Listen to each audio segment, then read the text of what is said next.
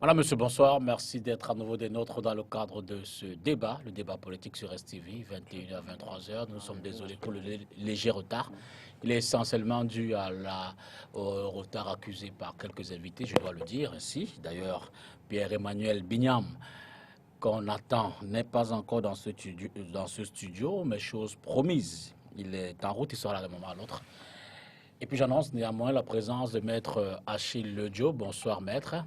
Bonsoir mon cher Dipita, bonsoir au panel, bonsoir également à l'ensemble des fidèles de cette production qui nous regarde. Salutations militantes à mes camarades combattants SDF, particulièrement ceux de la deuxième. Merci mon cher de nous associer à cette importante réflexion et nous pensons pouvoir être à la hauteur des échanges que nous pensons aussi cordiaux.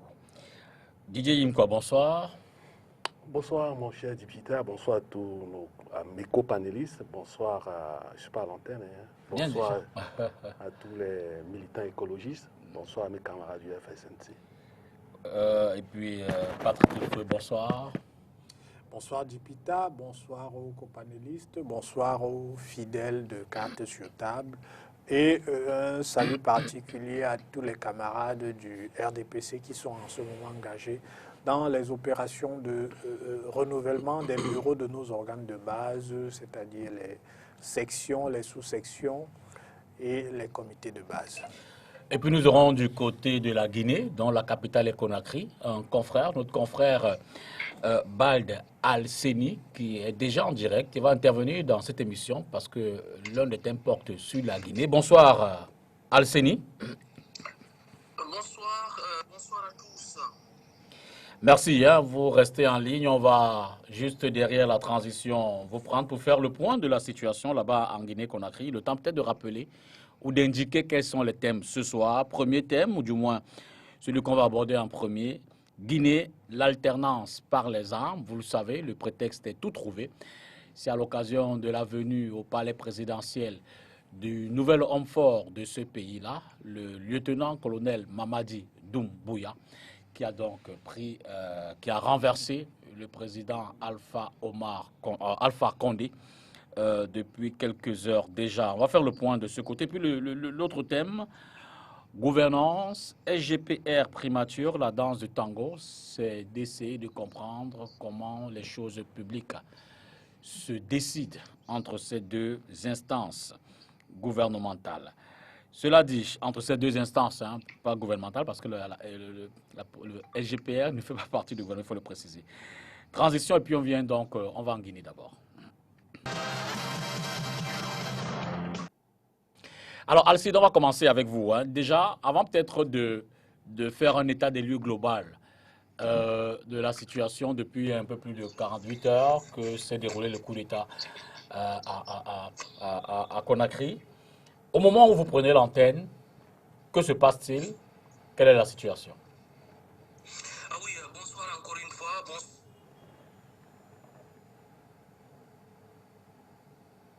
Alcine? Alors, on va certainement patienter un peu parce que, évidemment, la Guinée. Voilà. Qui nous écoute en ce moment un peu.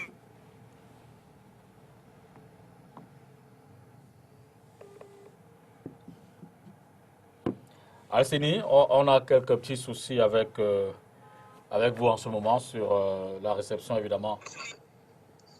Alcini?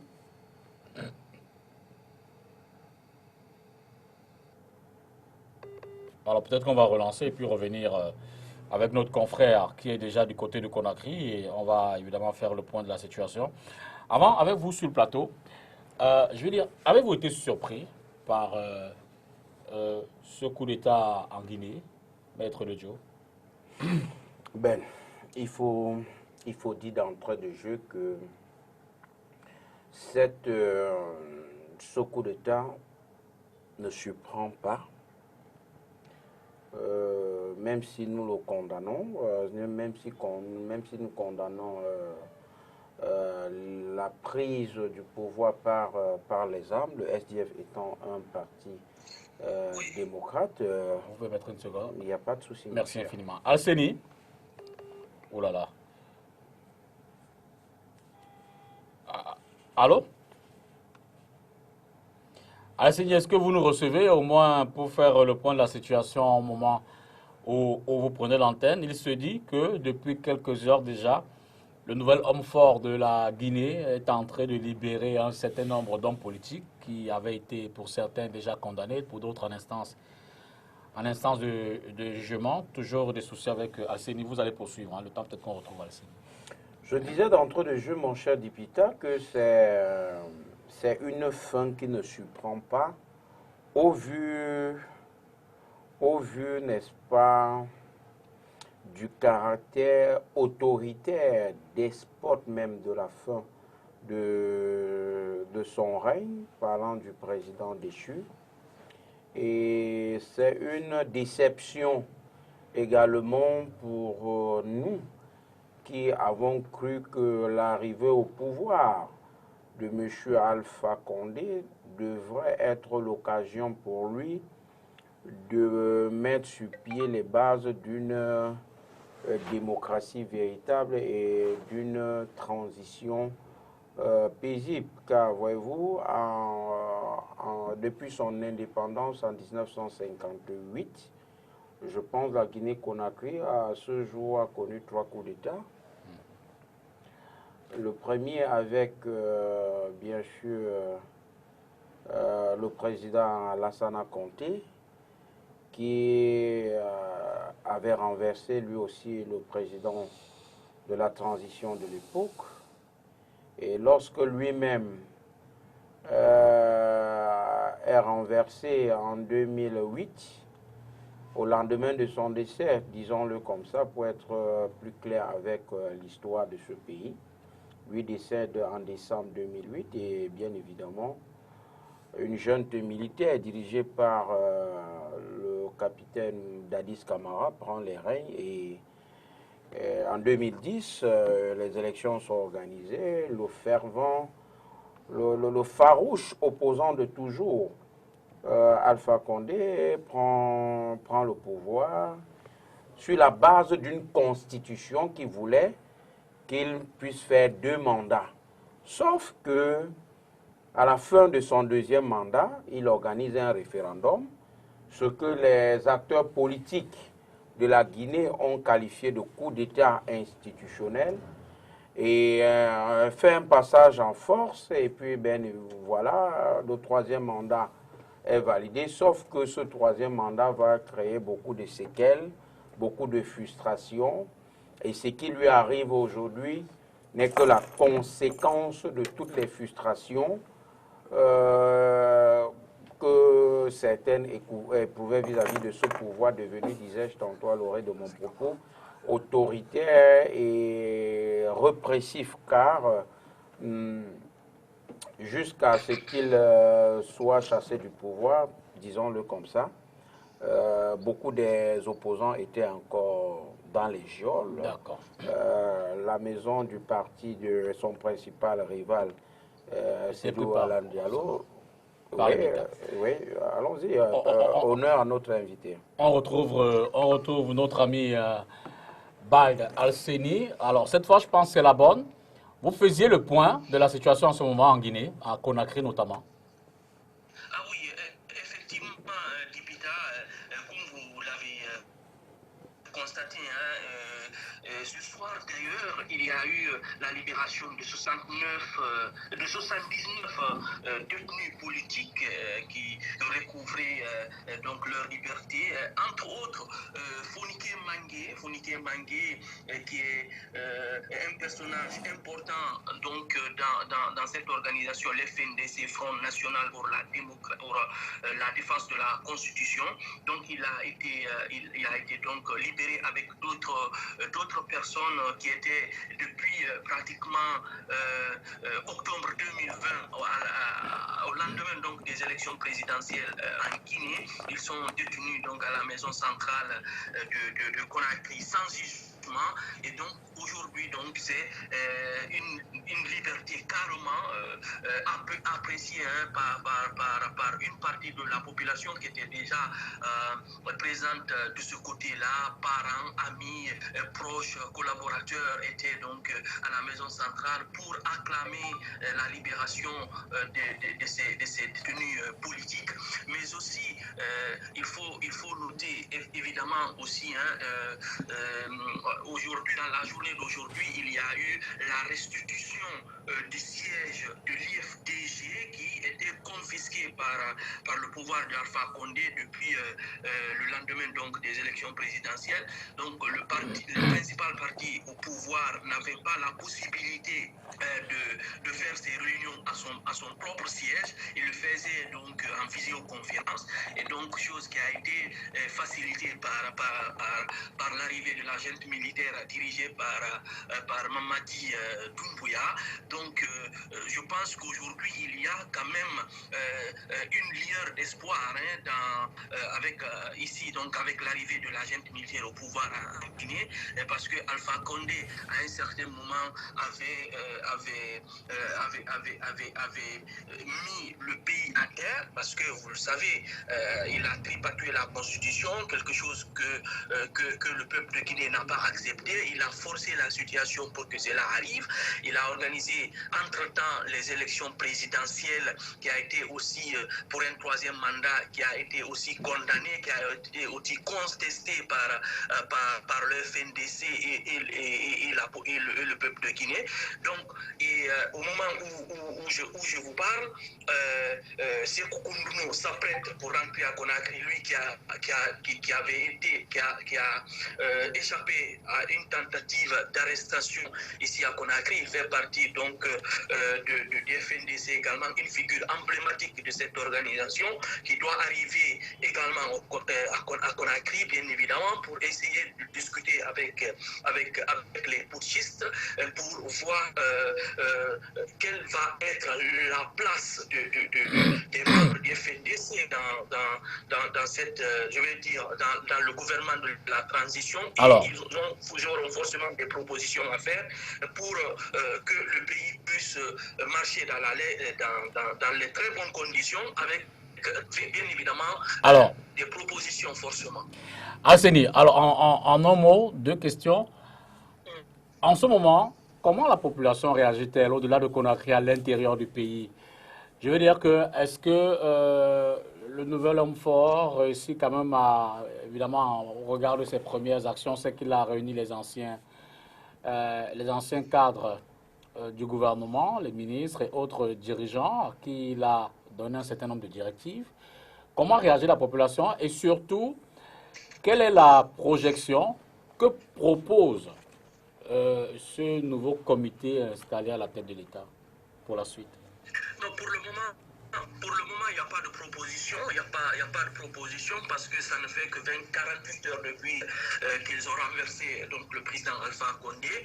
Et pour l'heure, ce qu'il faut retenir, déjà les anciens dignitaires d'Alpha Condé étaient en conclave avec les putschistes hier à Conakry au Palais du Peuple, où ils ont demandé, où la junte a demandé à ces anciens dignitaires de rendre leur passeport, leurs documents diplomatiques, parce qu'ils sont interdits de sortir du pays durant la période de la transition, et puis leurs véhicules de commandement également à rendre aux secrétaires généraux de ces différents départements ministériels. Donc c'est ce qui doit être fait forcément dans les heures à venir. Et puis donc pour ce qui concerne la population, ça a été accueilli voilà, en liesse, bien évidemment, l'arrivée donc de cette jeune, parce que pour la population, c'est une lueur d'espoir, c'est une libération pour le peuple de Guinée. Alors pour finir, pays, comme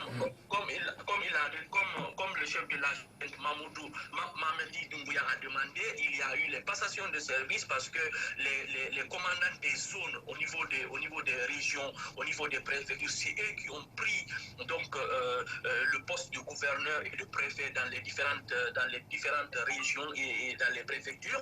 Donc cela a été accueilli également très bien par la population de l'intérieur du pays. Alors pour finir, Alseni, on sait que le président Condé reste entre les mains des militaires, mais où se trouve sa famille? Pardon, ses proches, première question. Et l'autre question, est-ce que définitivement l'armée, puisque Mamadi Doumbouya fait partie d'une unité spécialisée, est-ce que les autres corps de l'armée ont finalement accepté cet état de choses? Ah oui, je vais commencer par cette question. Oui, il y a déjà le chef d'état-major général des armées, Mamoï Kondé, qui a fait aller chance donc à la gente au pouvoir en ce moment. Il y a la police, c'est-à-dire les hautes autorités de l'armée ont fait allégeance généralement donc à cette gente au pouvoir. Donc aujourd'hui, il n'y a pas une unité à Conakry ou je vais dire à l'intérieur du pays notamment qui n'a pas fait allégeance à cette gente au pouvoir. Rien à dire de ce côté. Tout est ok de ce côté. Maintenant, concernant les proches d'Alpha Condé, ils sont dans les très bonnes conditions. En tout cas, c'est selon les dires du colonel Mamadi Doumbouya, parce que hier, lors de la réunion avec les dignitaires, les anciens dignitaires d'Alpha Condé, on lui a posé la question de savoir où se trouve effectivement Alpha Condé. Il a fait comprendre à l'auditoire que Alpha Condé va très bien, il est dans un état sûr, il a la possibilité de recevoir ses médecins quand c'est nécessaire, bien évidemment. Donc, pour sa famille, tout le monde se porte bien. C'est vrai qu'ils sont quelque part dans un endroit beaucoup plus secret. Voilà. Donc, mais qu'ils se portent bien. Voilà, justement. Et ce soir, il y a une partie de la population qui se trouve le fief traditionnel du RPG Arc-en-Ciel, de Alpha Condé du côté de Kankan, qui ont fait la fête, bien entendu. C'est pas je vais dire, acclamer Alpha Condé parce qu'Alpha Condé a été débarqué, mais plutôt soutenir la chaîne au pouvoir. Merci. Ce qui n'a jamais été le cas. Voilà. Balde Alseni, merci infiniment. Merci de votre disponibilité à contribuer à informer l'opinion camerounaise de la situation qui prévaut en ce moment en Guinée. Ok, merci. Je suis disponible pour tout. Il y a autre chose.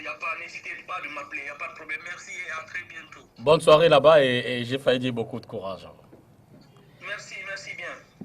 Balde Alseni, donc l'un de nos confrères qui est du côté de la Guinée, vient de faire le point sur la situation militaire, sécuritaire et même politique de ce pays qui, comme vous le savez, a basculé en 48 heures avec le départ par les armes du président Alpha Condé, récemment élu pourtant, évidemment dont l'élection a connu quelques grincements de dents. Je dis bonsoir à Pierre-Emmanuel Bignan. Bonsoir, mon cher. Bonsoir, monsieur le député. Bonsoir Merci à mes copanélistes. de nous avoir rejoints. Alors, je prends de suite votre réaction, peut-être, Patrick Rifoué, sur la question d'entrée de tout à l'heure. Est-ce une surprise, ce qui se passe en Guinée aujourd'hui, au regard quand même de l'actualité ces dernières semaines, avec une grogne politique, une situation économique vraiment tendue, et le président Condé qui semblait pas forcément être à l'écoute des siens? Écoutez, quand bien même ce ne serait pas une surprise, c'est une issue désagréable que nous, au RDPC, nous condamnons bien évidemment avec véhémence et nous en appelons de concert avec l'Union africaine et les instances internationales au retour à l'ordre constitutionnel. Ce que nous disons, c'est que les militaires n'ont rien à faire au pouvoir et que leur place est dans les casernes.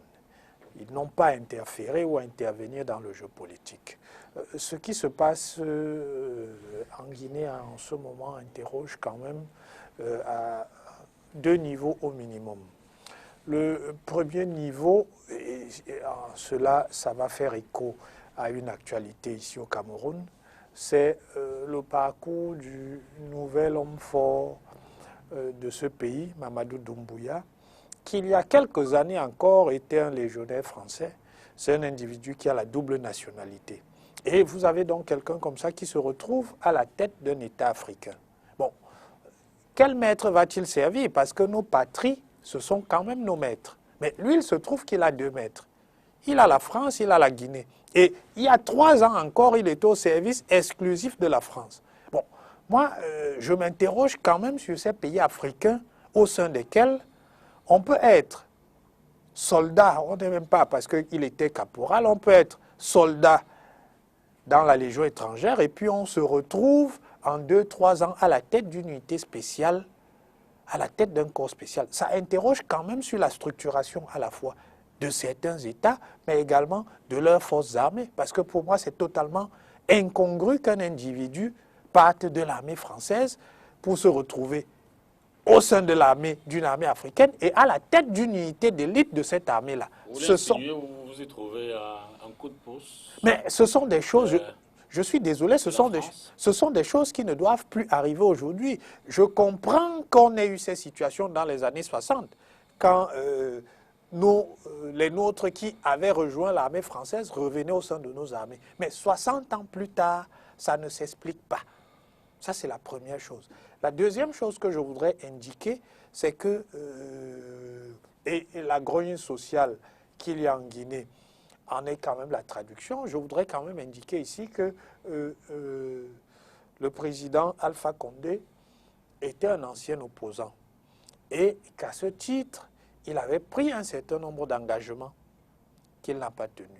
Et sous ce prisme-là, en fait, c'est l'illustration, c'est l'archétype de l'opposant africain qui, entre le discours qu'il tient lorsqu'il est au sein de l'opposition et le discours et le comportement qu'il a une fois au pouvoir, il y a une dichotomie qui tranche et qui détonne au sein de la population. Donc, je comprends qu'il y ait eu à la fois une déception et une désillusion auprès du peuple guinéen, mais ceci doit servir de leçon à l'ensemble de la population africaine et ça doit amener les uns et les autres à s'interroger sur la sincérité de ces opposants qui, de manière systématique, quand ils veulent conquérir le pouvoir, nous promettent monts et merveilles, mais qu'une fois au pouvoir, se renient totalement. D'accord. Didier Imkwa. Dipita, si je fais fi, bien si j'ai bien suivi le déroulé de ton invité, il y a une constance, il y a même une observation que je peux faire, c'est que ce coup d'État a été échafaudé dans de très bons laboratoires par des spécialistes des coups d'État, très loin de ce monsieur qui est en train de lire presque le résumé, en attendant une transition politique bien manufacturée. Ce qui me dérange, ce qui me turlupine l'esprit, ce n'est même pas le coup d'État en tant que tel, mais c'est la communication tout autour de ce coup d'État-là. Et si on ne fait pas attention, on risque de ne pas comprendre les vraies raisons. C'est Michel Charodot qui dit que les médias sont des manipulateurs manipulés. Si tu me permets, je vais entrer dans ma trame d'argumentaire par une information concernant le coronavirus. Je peux le lire. C'est voilà. Pas forcément dans le déroulement. Oui, mais vous allez comprendre, comment on construit l'information.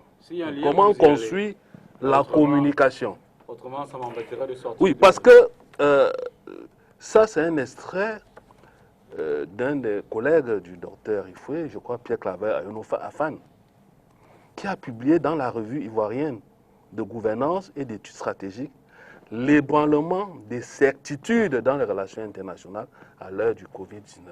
Il dit quelque part que dans un rapport du Centre d'analyse de précision et de stratégie du Quai d'Orsay en France, produit le 24 mars 2020 un rapport intitulé « L'effet pangolin, la tempête qui vient en Afrique, point d'interrogation, relatif aux conséquences potentielles de la pandémie du coronavirus sur la stabilité en Afrique ». Et il a été relevé qu'en plus des pertes de vies humaines, le péril sanitaire anéantirait l'économie des États africains et créerait des soulèvements populaires à travers le continent. Il en découlerait des crises débouchant éventuellement sur la chute de certains chefs d'État.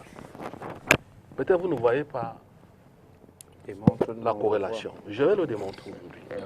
Voilà comment on construit. Ça a été fait en Europe, en France. Ils avaient prévu que le coronavirus devrait balayer certains chefs d'État. Ce qu'on ne nous dit pas, on ne nous dit pas que ce monsieur, je ne voudrais pas le soutenir, hein, il n'est même pas à absoudre. On sait qu'il a fait des fautes, mais il a aussi fait des résultats, des performances. En 2 mandats, il a pu quand même relever l'économie de la Guinée, un taux de croissance de 4,5% en 2 ans. C'est vrai que la croissance ne veut pas dire développement, vous comprenez. C'est vrai aussi qu'il a engagé des réformes sur le code minier. Et vous savez que dans les relations internationales aujourd'hui, M. Dipita Tongo, c'est les puissants, c'est les entreprises puissantes qui orientent la marche du monde. Il est même allé plus loin en demandant à une grosse entreprise d'exploitation de la bauxite, en Guinée, de reverser $1 milliard dans les caisses du Trésor français. Vous savez que quand vous engagez des réformes comme celle-là, ça ne vous fait pas seulement des amitiés. Il y a des inimitiés. Les gens vous attendent au tournant. Il y a une gouvernance, ce qu'on appelle le management à l'embuscade. Et malheureusement, lui qui est un homme de gauche, marxiste-léniniste, qui est dans la France-Afrique, peut-être n'a pas compris cela. Il a donné le fouet pour qu'on le fouette. Il s'est mis à transformer, à modifier la Constitution, que l'on voit comme une grosse faute planétaire, alors qu'à côté, M. Ado a fait la même chose, et ce que Ado a fait est moins qu'une peccadille. C'est pour ça que je dis que vous, les journalistes, les médias africains, vous ne devez pas enfourcher la trompette des médias occidentaux et siffler plus qu'eux. Parce qu'aujourd'hui, on présente M. Alpha Condé comme le pire des chefs d'État, c'est le défaut, c'est l'échec de l'intellectualisme, c'est ceci, cela. Mais on a vu par exemple en France, les gilets jaunes. On n'a pas eu les coups d'État. On sait ce que la pandémie Covid-19 a fait en Europe. Il n'y a pas eu de coup d'État, vous comprenez. Donc moi je pense que cette communication-là, il faut la corriger. Parce que si on ne la corrige pas, on risque de passer à côté des causes lointaines qui ont débouché sur le départ. Est-ce que vous ne vous intéressez pas davantage à l'accessoire? Je veux dire que ce n'est pas la communication qui fait partir, ou alors qui fait que ces dernières semaines, y compris l'opposition guinéenne, se plaignait de son chef d'État, les populations non, je voulais dire ceci. Oui, non, je n'ai pas dit non. Je n'ai pas dit que je soutiens M. Alpha Condé dans sa manière de gérer le pays. Mais je dis que si on ne fait pas attention, on risque à passer à côté des vraies causes. Ce sera la même question. Êtes-vous surpris par ce qui arrive à l'ancien président guinéen, désormais ancien président Alpha Condé? Ok, puisque je représente le mouvement pour la renaissance du Cameroun sur ce plateau, je tiens d'abord à préciser à l'encontre de la communauté nationale et internationale que le mouvement pour la renaissance du Cameroun est un parti républicain. Dans nos statuts, au niveau des dispositions générales et à l'article 3, les objectifs du MRC, nous avons à la partie E, nous stipulons ceci. Le MRC a pour objectif la conquête et l'exercice du pouvoir par les moyens légaux et institutionnels. Ça veut dire que d'emblée, le MRC est contre toute prise de pouvoir par la force. Et donc, par conséquent, le MRC condamne toute forme de coup d'État. Toute forme de coup d'État. Que ce soit un coup d'État militaire ou un coup d'État institutionnel. Bon, quand j'ai fini de faire cette précision, je reviens maintenant sur la situation en Guinée. Nous ne sommes pas surpris. Je ne suis pas surpris pour ce qui se passe en Guinée équatoriale, quoi que ce soit en Guinée-Conakry, quoi que ce soit un événement malheureux. Tous les indicateurs étaient au rouge, contrairement à ce que mon frère, que j'aime bien, M. Yimkwa, l'analyse qu'il vient de faire tout à l'heure, et je le comprends, c'est un monsieur qui est panafricaniste. Il est panafricaniste, de par sa formation d'environnementaliste. Donc, tous les indicateurs étaient au rouge, parce que nous n'avons pas, je pense que si nous voulons faire l'apologie ou défendre Alpha Condé, on peut passer à côté de l'analyse. C'est le peuple guinéen qui nous intéresse ici. Est-ce que le peuple guinéen était à l'aise sous la mandature d'Alpha Condé? Oui, dans un premier temps. Voilà pourquoi il a été réélu. Mais maintenant, à partir de son deuxième mandat, est-ce que le peuple guinéen était content, était satisfait des résultats de la politique de Alpha Condé? Non. La preuve, lorsqu'il a donc fait un coup d'État aussi institutionnel, en forçant le troisième mandat, le peuple s'est soulevé. On a vu des émeutes qui ont eu lieu en Guinée-Conakry pendant avant, pendant et après l'élection présidentielle. Donc c'est un indicateur sûr qui montre que le peuple n'était plus content de la politique menée par Alpha Condé et voulait l'alternance au sommet de l'État. Maintenant, c'est une situation vraiment malheureuse parce que, d'après certaines analyses, depuis les années 60, c'est-à-dire que les indépendances de l'Afrique, près de 70 ans aujourd'hui, nous avons enregistré plus de 200 coups d'État. Plus de 200 coups d'État. Dans un continent qui représente 1% du commerce mondial. Ça veut dire que quel est l'effet escompté des coups d'État? Parce que ce débat dont nous sommes en train de faire ici aujourd'hui interpelle non seulement la classe politique camerounaise, africaine et mondiale, et même nos propres militants.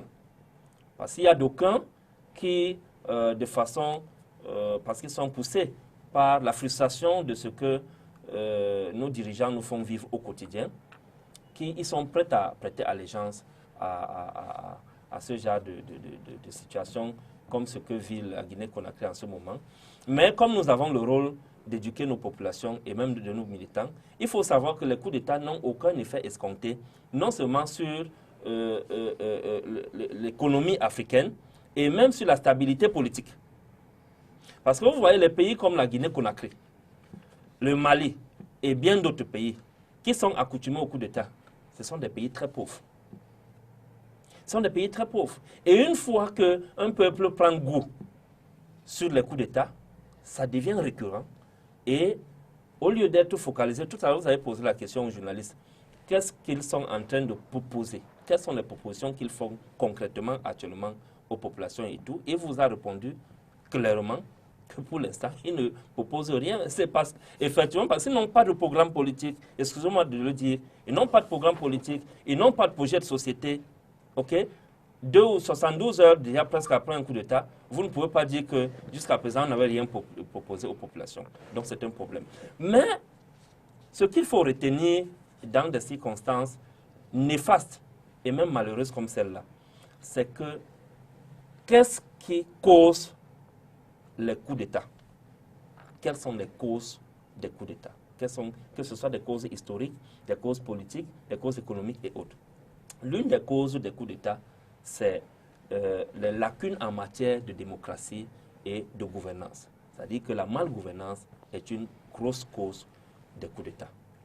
Les frustrations que les populations enregistrent au quotidien, l'absence de l'état de droit, le manque de la démocratie et donc de la dictature.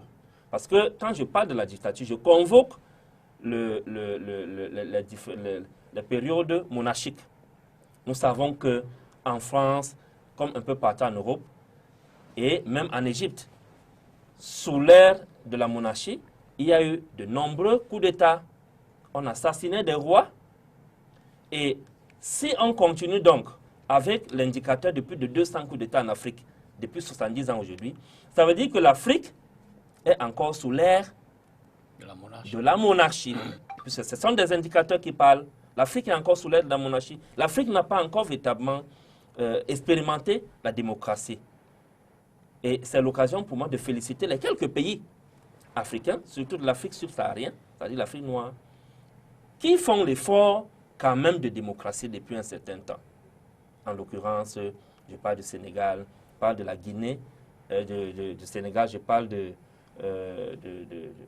Ghana et des pays également comme le Niger, tout récemment, avec ce qui s'est passé, le président qui vient de se retirer après son deuxième mandat et un nouveau a été élu. Donc nous félicitons ces pays-là. Et Alpha Condé, comme les autres chefs d'État africains, qui ont cru que en se maintenant au pouvoir par tous les moyens, même en torpillant la Constitution, c'était un bon moyen de demeurer au pouvoir. L'épineux problème que nous rencontrons aujourd'hui, c'est l'alternance au sommet des États africains. Et tant que ce problème n'est pas encore résolu, les constitutions africaines doivent être respectées à la lettre. Et que si l'état de droit existe, tout le monde doit respecter les lois et tout le monde doit savoir qu'il est exposé également à des juridictions. Merci Pierre-Emmanuel. Alors, Maître Ledio, nous en sommes au troisième. C'est le troisième coup d'État en Afrique depuis le début de l'année. En Afrique francophone, de surcroît, Mali, Tchad et la Guinée. Je veux dire, l'Afrique doit-elle s'en inquiéter davantage? D'autant plus que la pandémie n'est pas venue rassurer les économies, les pays qui étaient déjà pas forcément économiquement à l'aise semblent plonger davantage. Je regarde la situation sanitaire, FMI qui plane comme un rapace pour tout le temps rappeler les engagements de ces pays. Je veux dire, quand on regarde justement les cris de la population, les réponses lourdes des gouvernants, est-ce que cette tendance au coup d'État serait une situation inquiétante pour l'avenir de l'Afrique, notamment francophone? Je pourrais reformuler votre question en une autre problématique, l'Afrique et la malédiction des coups d'État, sincèrement. On se dirait que c'est une malédiction qui poursuit notre cher et beau continent. Mais quand vous faites une analyse profonde, vous rendez tout simplement compte que nos dirigeants, ceux d'hier comme ceux d'aujourd'hui, sont aveuglés par l'amour du pouvoir. Ce sont des gens qui pensent que le pouvoir doit s'exercer ad vitam, c'est-à-dire à vie. Ce sont des gens qui pensent qu'une fois au pouvoir, ils doivent instaurer un système des oligarches et mettre sur pied tout un système autoritaire, répressif, pour toute tentative d'opposition ou alors de son dissonant. L'on ne peut faire aujourd'hui sans la démocratie. Actuellement, c'est le meilleur système de gouvernement capable de permettre que l'Afrique puisse se présenter aussi comme un continent où la transition politique est pacifique. Les gens comme Alpha Condé qui ont étudié la science politique depuis une cinquantaine d'années aujourd'hui en France et qui reviennent en Afrique mènent un combat respecté de tous. Une fois au pouvoir, se prennent pour des vrais autocrates. On comprend tout simplement que le pouvoir, comme disait quelqu'un, c'est comme l'alcool. Plus vous êtes au pouvoir, plus vous en avez besoin de rester. Jetez encore un regard cursif, c'est-à-dire rapide là sur les chefs d'État, les anciens chefs d'État. Vous allez voir que ces gars, quand ils laissent le pouvoir, vraiment, ils commencent à s'immuniser. Hein. Même la santé, ça, tu ne reconnais plus le mec qui hier tenait au moins sur les deux pieds. On ne sait pas si ce pouvoir, c'est vrai, ils ont la main mise sur toutes les caisses de l'État. Ils peuvent tout faire, ils peuvent même changer les 5 litres de sang dans leur corps et remettre se rajeunir comme ils veulent. mais nous pensons tout simplement que l'exercice du pouvoir ne doit pas être patrimonial.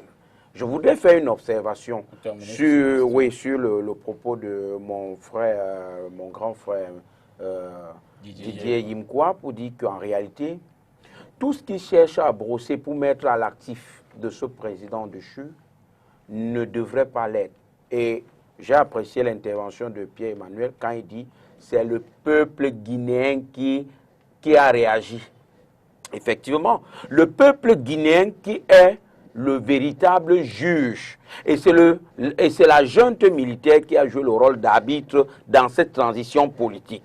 Et vous rendez encore compte que sans toutefois soutenir ce coup d'État, et je l'ai dit à l'oreille de mon propos, que le SDF est un parti politique républicain, donc condamne toute forme de prise de pouvoir par les armes. Maintenant, on analyse la situation. Les gars ont pris le pouvoir et ils se lancent dans une opération de charme.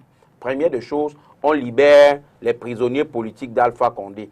Deuxième des choses, on change les sous-préfets, préfets, les gouverneurs par les chefs militaires. Une autre décision qui a été fortement applaudie par la population. Troisième des choses, on organise une rencontre avec les anciens dignitaires du régime pour leur dire qu'il n'y aura pas de chasse aux sorcières, mais vous déposez vos papiers de voyage, vos passeports, les voitures de service, vous les déposez, et celui qui ne vient pas à la rencontre sera considéré pas comme démissionnaire, mais comme un rebelle. Ça m'amène à dire, pour chuter, que c'est un coup d'État qui a été savamment pensé. D'accord. Patrick, sur la même question, l'Afrique doit-elle s'en inquiéter? Écoutez, ce que je constate, c'est que ça devient récurrent en Afrique de l'Ouest. Et la particularité de cette zone-là dans laquelle nous comptons un certain nombre de pays francophones, c'est effectivement que vous avez d'anciens opposants qui sont arrivés au pouvoir. Et comme je l'ai indiqué tout à l'heure, ces anciens opposants étaient arrivés avec un discours lénifiant et démagogique. Et qu'à l'exercice du pouvoir, je ne sais pas s'ils ont été victimes de l'hubris, mais effectivement, beaucoup finissent par prendre la porte dans des conditions qui sont, somme toute, regrettables. La première chose que je voudrais indiquer ici, c'est que c'est quand même des zones dans lesquelles nous avons une nébuleuse djihadiste qui est très active. Et je ne vois pas ces armées-là en train de contenir cette nébuleuse djihadiste. Sinon, les Français ne seraient pas dans le Sahel. Mais, c'est-à-dire, vous avez des soldats qui se défaussent totalement de leur responsabilité première, c'est-à-dire assurer l'intégrité territoriale de leur territoire. Mais à chaque fois qu'il y a une crise politique, il faut qu'ils jouent les arbitres. Mais je suis désolé, personne n'a confié cette compétence-là à l'armée comme institution dans ces pays. L'armée n'a pas à jouer ce rôle-là. Et contrairement à ce que Maître Lodjo indiquait, non. Pour revenir sur le cas précis de l'unité spéciale qui a commis ce coup de force, mais là, je crois que les populations guinéennes ont découvert cette unité spéciale il y a 1 an ou 2. Hein. C'est-à-dire que personne n'en connaissait l'existence parce que c'est une armée dans l'armée que Alpha Condé a créée de toutes pièces en confiant à la fois le recrutement et la formation des soldats qui devaient appartenir à cette unité, à cet individu, cet ancien caporal de la Légion étrangère. On connu ce qu'on appelait le BI. Depuis 2000, le BI existe depuis 2005. Non, et les Camerounais, on a connu le BI lors des émeutes de la faim. Non. 2008. Mais je dis, alors que c'est une force qui existait déjà. Depuis 2005. Pas comme si, depuis 2005. Non. Je suis désolé. Le BI existait, c'était d'abord bataille. C'était BLI, c'était le BLI avant de devenir le BI. Dans votre tiroir, ça existait, mais la population n'en connaissait pas. On sort le BI en 2008. Mais c'est vous qui ne connaissiez pas. Les populations qui sont au nord Cameroun connaissaient le BI parce que le BI faisait déjà le coup de feu dans le parc de Boubandjida contre les braconniers. Très faux. C'est absolument vrai. Donc ce que je suis en train de dire, c'est que l'armée a des missions et il faut qu'elle s'en tienne à ces missions-là. Lorsqu'il y a une crise politique, il faut laisser les acteurs politiques résoudre cette crise. Il est effectivement regrettable, et je l'indique ici, il est regrettable qu'un ancien opposant comme Alpha Condé ait commis un certain nombre de dérives. Mais moi, j'ai envie de dire quand on parle de démocratie, les démocraties parfaites, ça n'existe pas. Même en Europe, on parle d'approfondissement de la démocratie. Par exemple, les Français parlent du 4e acte de la décentralisation parce que les Gilets jaunes, ils ont considéré que c'est un symbole de crise institutionnelle.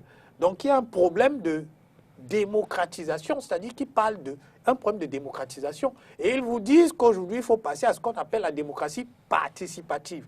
Pourquoi démocratie participative?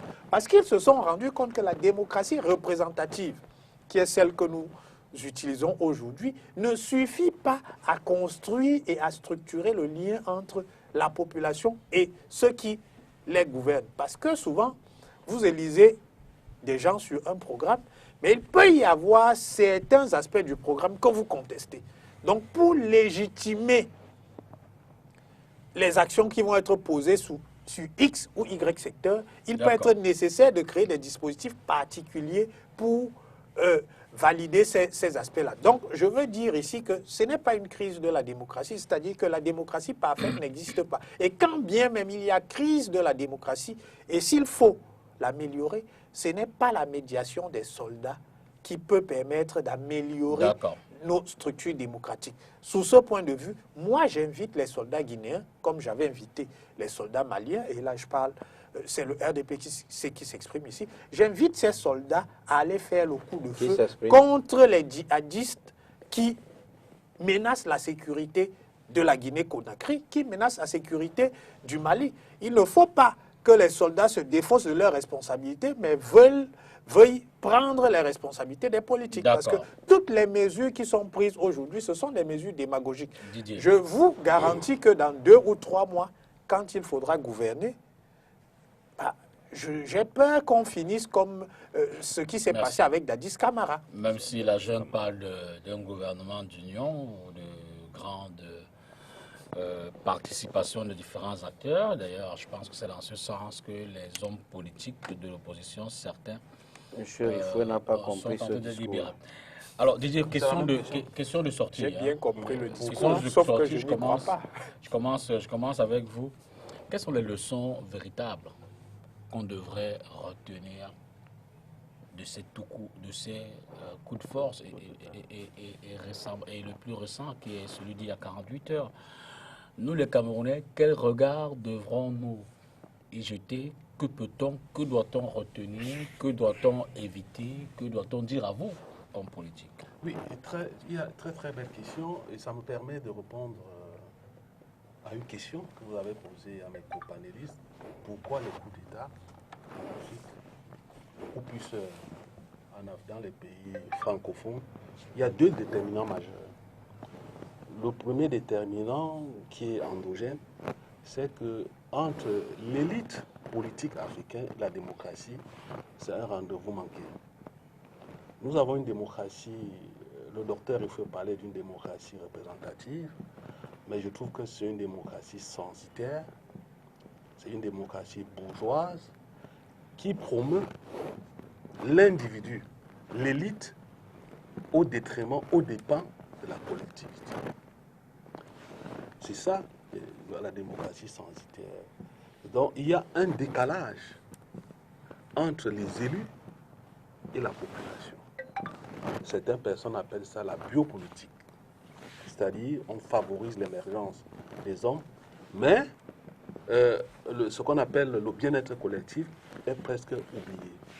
Deuxième déterminant, qui est presque exogène, évidemment, c'est que notre histoire, l'héritage colonial, nous tient.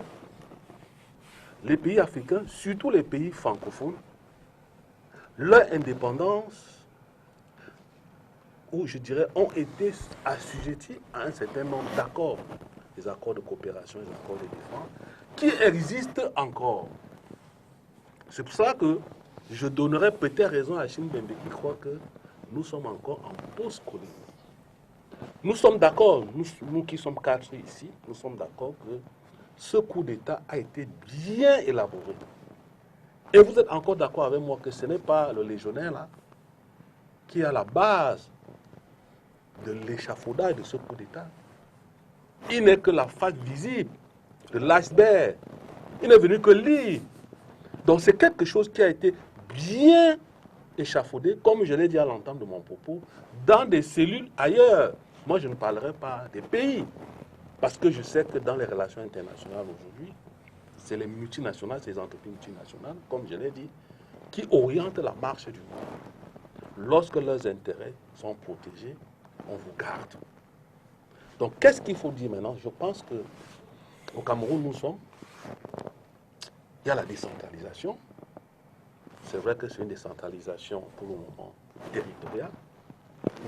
Quand vous faites la comparaison avec des pays comme le Sénégal, nous sommes dans la décentralisation. Panélistes indifférents. Nous sommes dans la décentralisation. L'allié Oui, du RDPC, c'est mon propos. C'est pas l'aliénation. Je suis un allié, maître. C'est ce que je dis. Vous comprenez? Et ce que je dis, je ne fais pas, je ne suis pas dans les commentaires vaporeux, c'est les faits. Nous sommes en décentralisation. Territorial. Territoriale, c'est les Vous territoires. avez des expressions. En attendant les décentralisations techniques. Oui, parce qu'il y a au moins deux types il y a au moins deux types de décentralisation. Il y a des décentralisation territoriale et des décentralisation thermique. Quand dans une université, il y a un universitaire, le doyen peut être élu par les pairs. Quand le directeur de l'hôpital peut être élu par ses pairs, on est là dans la décentralisation thermique. Ça se fait au Sénégal. La loi de 2019 Il faut souvent faire du benchmarking. Quelle décentralisation?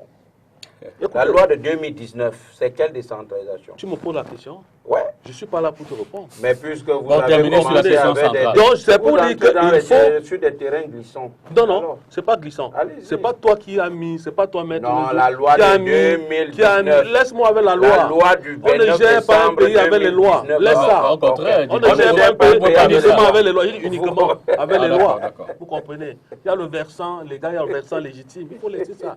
Et c'est pas D'accord, moi vous qui ai dit terminez ça. et puis les autres. Donc, pour dire que nous devons renforcer notre démocratie, nous devons renforcer notre décentralisation pour que les populations, la collectivité se sentent à mesure de décider de son destin. Maître de Dieu, quelles sont les leçons qu'on peut retenir de ces multiples coups d'État, dont le plus récent en Guinée? Question de sortie de thème. Je voudrais me poser la question, celle de savoir pourquoi toujours dans le précaré français. Première des choses, il faut aller à l'école de la démocratie. Je vous ai dit que la démocratie actuellement, sans fioriture, serait le système de gouvernement à même de pouvoir permettre un jeu démocratique, je veux dire une transition politique acceptable. On est en Quand démocratie, vous non, maître? bloquez, je parle bien du jeu, pour la transition politique, quand vous bloquez le jeu politique, quand vous verrouillez tout le système, quand vous vous jetez à des manipulations incestueuses de la Constitution, ça doit vous rattraper. Il faut se dire que la loi, elle doit s'appliquer erga omnes, c'est-à-dire pour tout le monde. Ce n'est pas lorsque la loi doit s'appliquer contre vous que vous allez monter des petits stratagèmes pour la tailler à votre mesure. Non, ce n'est pas le costume que l'on porte.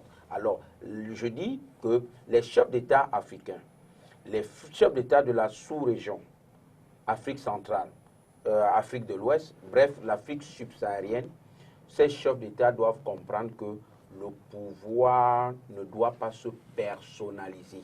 Il faut aller à l'école de la véritable démocratie. Et la junte militaire doit comprendre qu'elle est là pour la sauvegarde véritable, pour la sauvegarde du territoire, des personnes et de leurs biens. D'accord. Patrick Gefoué, sur les leçons à retenir. Écoutez, Achille Mbembe, j'ai entendu son nom tout à l'heure, a produit un essai qui était intitulé « Sortir de la grande nuit ». J'ai le sentiment, et en fait, dans cet essai, il se situe en Afrique centrale. Mais le sentiment que j'ai, c'est que la grande nuit se trouve plutôt en Afrique de l'Ouest. Parce que les coups de force y sont récurrents. Et quand tu vois ce qui se passe avec ces anciens opposants qui deviennent chefs d'État, tu t'interroges. Ça a été le cas au Sénégal avec Abdoulaye Wade, c'est le cas aujourd'hui au Bénin avec Patrice Talon, c'était le cas avec Alpha Condé. Donc, il faut souhaiter que les populations, comme les populations camerounaises, continuent à avoir la maturité qu'elles ont pour ne pas suivre les sirènes enjoliveuses de ces vendeurs d'illusions-là. Parce que, à l'expérience, on finit toujours par être déçu parce que entre les promesses et les réalisations, il y a un gouffre qui est un gouffre significatif. Et je précise encore que l'armée ne doit en aucun cas s'engouffrer dans cette brèche-là. Il faut laisser les politiciens combler les gouffres qui sont créés par les politiciens à la petite culotte. Pierre-Emmanuel Bignam. Bon, pour sortir de là, qu'est-ce qu'on peut retenir pour ce qui concerne le peuple camerounais? Je vais d'abord dire que les coups d'État n'ont pas de résultats escomptés sur le développement d'un pays, sur le plan économique et même sur la stabilité politique. Ça crée une situation d'instabilité politique constante. Parce que si on fait l'historique maintenant des pays où il y a plus de coups d'État, on va constater que ce sont des pays qui sont toujours dans une instabilité politique constante et dans une insécurité extrême. Et ce sont des pays où l'extrémisme se développe même plus, c'est-à-dire que ce sont des pays où le terrain est propice au terrorisme. Maintenant, c'est une situation qui interpelle également les gouvernants, les chefs d'État africains actuellement au pouvoir. En l'occurrence, le nôtre, le président Paul Biya, qui a déjà 39 ans au pouvoir. Et dans ces 39 ans, il les a eu par des mécanismes de révision de constitution et puis de coups forcés de temps en temps, comme le dernier en date qui lui a permis de briguer encore 2 mandats de 7 ans. Est-ce une bonne chose? Parce que je suis d'accord avec Patrick lorsqu'il dit que l'armée doit rester en dehors de ça, en dehors des problèmes politiques, des hommes politiques, et même les forces de maintien de l'ordre. Mais, est-ce que l'armée doit seulement être utilisée lorsque un chef d'État africain, qui a déjà tellement mis long au pouvoir, veut faire un passage forcé, tordre la Constitution pour se maintenir au pouvoir? Parce qu'on a vu souvent le rôle que l'armée a joué en Côte d'Ivoire, au Cameroun, même récemment en Guinée, lorsqu'Alpha Condé pensait qu'il maîtrisait encore cette même armée. Quand le peuple s'est soulevé, il a mis cette armée dans les rues. Au Cameroun, à quelle occasion? Pour faire la répression. Au Cameroun, pareil. Lorsque Paul Biya révise la Constitution en 2008, ce que vous avez appelé les émeutes de la faim, ce n'était pas les émeutes de la faim. Ah bon? C'est le peuple camerounais qui était fâché vous voulez réécrire l'histoire? de ce que c'est un mandat de plus, non, ou des mandats de plus que Paul Biya voulait en 2008, briguer. moi j'étais à Douala. Donc ça fait que... C'était à cause de l'augmentation du prix du pain. Non, si. non, il faut pas lire. C'est mon avis, il ne faut pas souvent lire c'est inexact. Tout à l'heure, il a parlé de l'iceberg, il a parlé d'une partie de l'iceberg. On ne peut pas réinterpréter des faits qui sont connus à tout le monde de cette façon-là.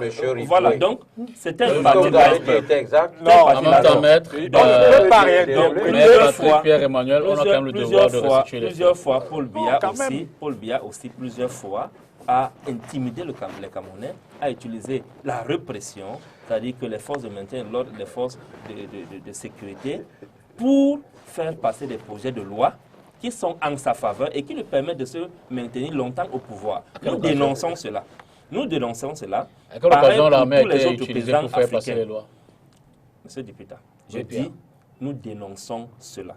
Parce que ces chefs d'État, lorsque celui qui est tombé aujourd'hui, Alpha Condé, est en train de lire l'heure, ok, nous avons pitié de lui. Mais est-ce qu'on a souvenance que le même Alpha Condé a également utilisé l'armée pour mater toute velléité de revendication qui lui empêchait de faire un troisième mandat anticonstitutionnel. Donc il faut que également les présidents africains, les dirigeants actuels, prennent conscience de ce qu'il faut une réelle volonté de démocratisation de nos pays. Merci. En l'occurrence, le Cameroun. Est-ce que le train n'est pas forcé que de dire que l'armée est utilisée à pareille fin au Cameroun? pour je changer les lois? dis l'armée est souvent utilisée pour la répression. Lorsqu'il y a les marches Bon. et qu'on déploie l'armée Ça, c'est bien en autre route. chose. Non, ce n'est pas autre chose. Lorsqu'il y a des marches, parce que les marches sont une expression démocratique, qui font partie également de la construction de l'expression démocratique et de la vie démocratique dans un pays. Okay? Lorsqu'on réprime les marches, c'est pour favoriser la démocratie, c'est pour favoriser l'expression, la démocratie ou la liberté d'expression. On a réprimé des marches qui dénonçaient 3 000 milliards, par exemple, qui ont été détournés dans le cadre des fonds de la CAN 2019. On a réprimé ces marches. Aujourd'hui, des scandales sévissent de partout, de tous les côtés. Nous avons fait ces marches pour interpeller l'Assemblée nationale, de se pencher dessus. Un seul député s'est levé, député Nietzsche du SDF, pour faire cela sur 180. Donc je veux dire que les chefs d'État africains également, qui pour se maintenir au pouvoir, sont souvent prêts à tout, utiliser tous les moyens possibles, quitte à réprimer même le peuple pour se maintenir longtemps. Qu'ils sachent que les conséquences sont graves lorsqu'ils posent ce genre d'actes et ce n'est pas de nature à permettre la promotion de la démocratie et donc de la prospérité dans nos pays. Il faut éviter cela. Merci Pierre Emmanuel. Alors, deuxième thème, on va parler de gouvernance, notamment de ce qui suivit de façon, du moins à l'observation, entre le secrétariat général à la présidence de la République et la primature, dont on dit que la danse du tango est observée quant à la gouvernance des questions publiques. Transition et on revient sur le plateau. Alors, que vous inspire, je veux dire, Pierre, non, peut-être, je commence avec vous. Didier Yimkwa, on l'a observé, hein, je le disais à l'occasion de certains autres plateaux ici. On observe qu'au niveau de la présidence, par exemple, il y a des task force qui sont créées. On observe qu'au niveau de la présidence, les courriers sont plus ou moins directement adressés à des ministres, sans forcément passer par le premier d'entre eux, ou du moins le premier ministère, pour des questions évidemment relatives à la gestion quotidienne des affaires publiques. Donc, la compétence revient au gouvernement de façon directe. Est-ce qu'il n'y a pas comme, je n'ai pas voulu dire deux gouvernements, mais je veux dire ce parallèle-là, est-ce que ça ne suscite pas une danse du tango qui ne permet pas une efficacité dans la prise de décision de gestion publique? Bon, ma question, quand j'ai lu le thème, j'ai été un peu secoué parce que tango, c'est la danse de deux personnes qui s'entendent bien, sympathiques. Je ne sais pas si elle est vicieuse ou bien le thème est vicieux ou vicié, parce que ça me rappelle un peu Je t'aime, moi non plus, c'est Gainsbourg. Comment on peut expliquer cela? Je suis d'abord allé voir ce que dit la Constitution. J'ai discuté avec un certain nombre d'experts de ces questions-là, parce que j'en suis pas un. Ils me disent que, ceux que j'ai rencontrés me disent que notre Constitution présente un pouvoir exécutif à deux têtes. On parle de duopole, c'est-à-dire que vous avez d'un côté le Premier ministre, vous avez de l'autre la présidence de la République qui de temps en temps se chevauche. Voyez-vous, on a eu ce phénomène-là, ça ne commence pas aujourd'hui. Lorsque vous regardez un peu comment ça fonctionne, vous trouverez même des ministres qui s'adressent directement à la présidence sans passer par le PM. Ça a été comme ça. On a eu des cas où on a parlé de débats sémantiques entre le grand débat et le large débat. On a eu des cas comme ça. Mais ça monte un peu en puissance ces derniers temps parce qu'il y a un contexte. Parce que qu'on le veuille ou pas, nous sommes dans un contexte d'alternance. Et puis, les courants alternatifs se battent. Et ça me rappelle un concept qui a été théorisé par Wafo, le grand soir. Jean-Robert Wafo, le camarade de Maître de Dieu, le grand soir, pour dire que c'est quelque chose de très très sérieux aujourd'hui, parce qu'on ne sait pas exactement quel est le centre de décision. D'accord. Vous comprenez? Même si le tango, c'est davantage évidemment une danse à deux, mais dont les pas ne sont pas forcément anticipés. Hein. Mais c'est de l'improvisation absolue. Oui, mais j'ai compris maintenant le sens du thème. Bref, maintenant, la question qui me... J'observe beaucoup plus la réaction. On est dans la cohésion, voilà. J'observe beaucoup plus la réaction du chef de l'État qui, au vu de sa manière de se déployer sur le champ politique camerounais, à l'aide de quelqu'un qui règne, pendant que les autres gouvernent, il y a un mécanisme de décentrage. Or, lui vient en tant qu'arbitre. Il reste encore, jusqu'à présent, le maître du temps, de l'heure et même de l'horloge.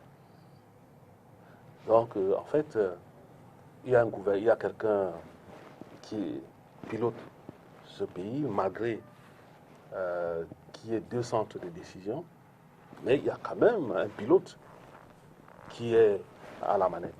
Voilà comment j'ai un peu compris le thème concernant le tango entre le SGPR et la primature. Patrick Refoué. Non, écoutez, je pense que pour comprendre le rôle et le fonctionnement à la fois du secrétaire général des services du Premier ministre et du secrétaire général de la présidence de la République, il faut se référer à deux textes. Hein. Le premier, c'est le décret numéro 92/088 du 4 mai 1992 qui porte organisation des services du Premier ministre. Et le second, c'est le décret numéro 2011/412 du 9 décembre 2011 qui porte organisation ou réorganisation de la présidence de la République. Ces décrets précisent dans un certain nombre de leurs dispositions à la fois les attributions et les rôles du secrétaire général de la présidence de la République et les attributions et le rôle du secrétaire général des services du Premier ministre qui sont simplement deux assistants, hein, ce sont deux super assistants pour expliquer ça simplement comme ça. Ce sont deux super assistants qui, un est chargé d'assister le président de la République et l'autre est chargé d'assister le Premier ministre qui sont effectivement tous les deux, comme l'a indiqué Didier Yumkwa, les deux têtes de l'exécutif. Donc, ce qu'il faut comprendre, c'est que le secrétaire général de la présidence de la République a un rôle de coordination, c'est un rôle de coordination des services de la présidence de la République. Il a un rôle de veille. Il veille à ce que les instructions qui ont été données par le président de la République soient appliquées. Il a un rôle de conseil. Il conseille sur le plan juridique, à tout le moins, l'ensemble des services qui sont rattachés à la présidence de la République.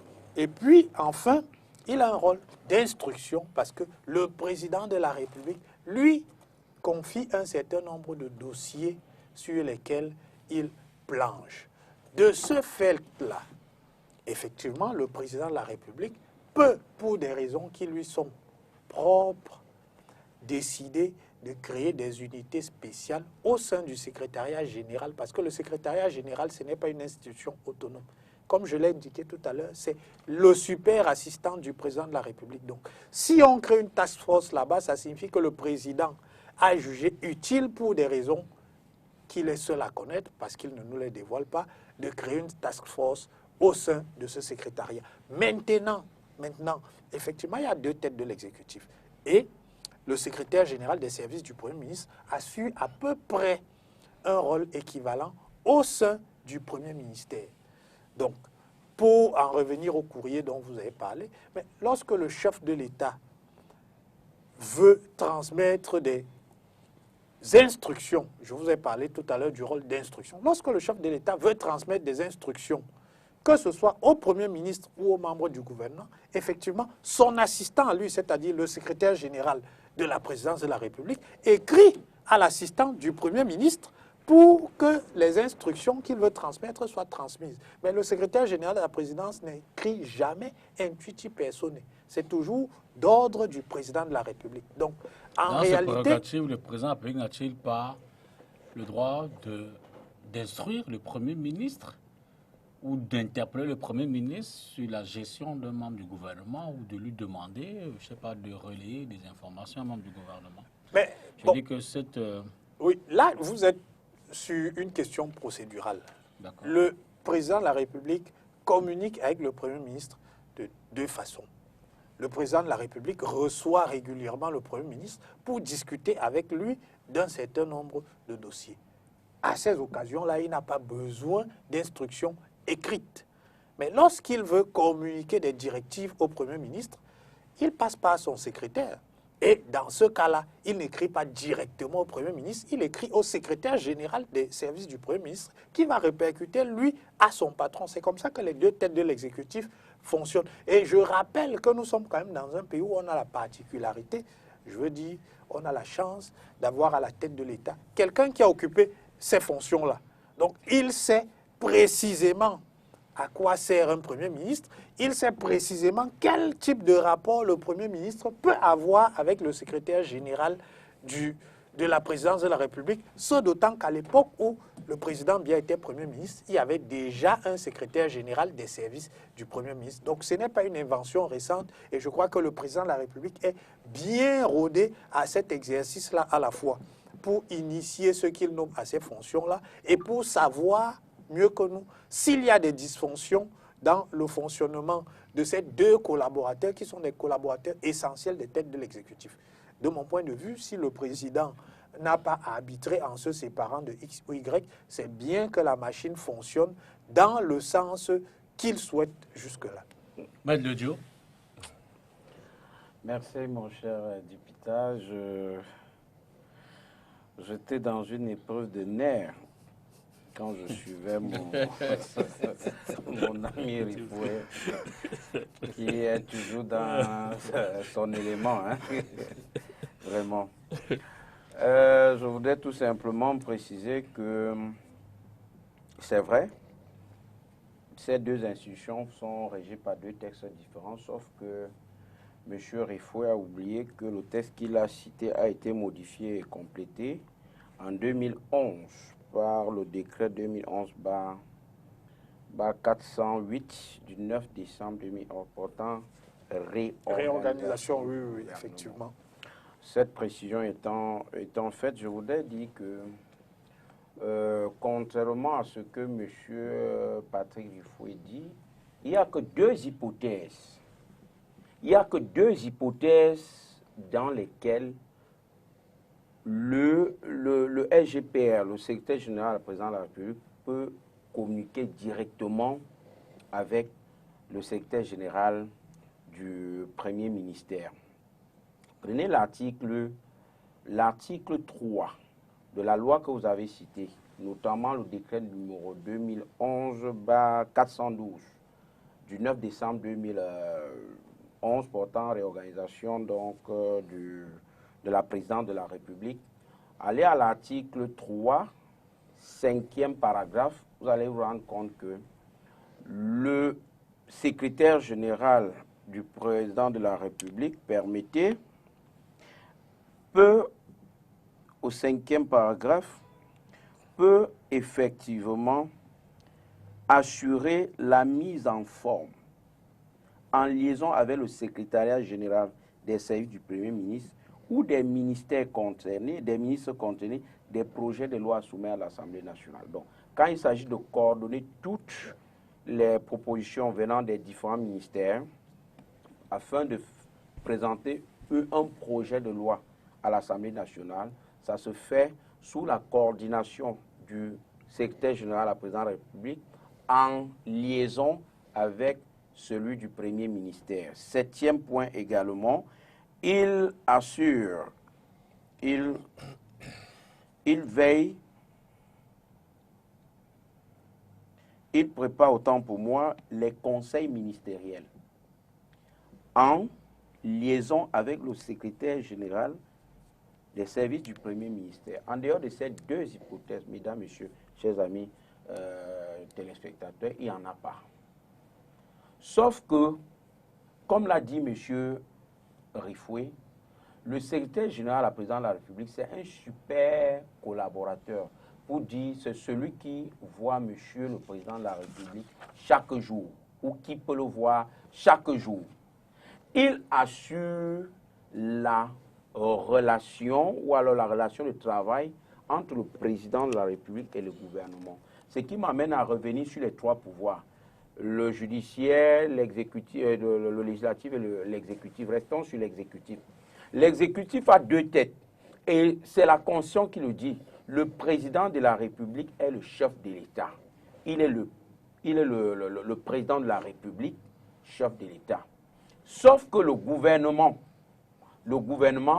a un chef qu'on appelle le Premier ministre. Il faut qu'on se comprenne bien.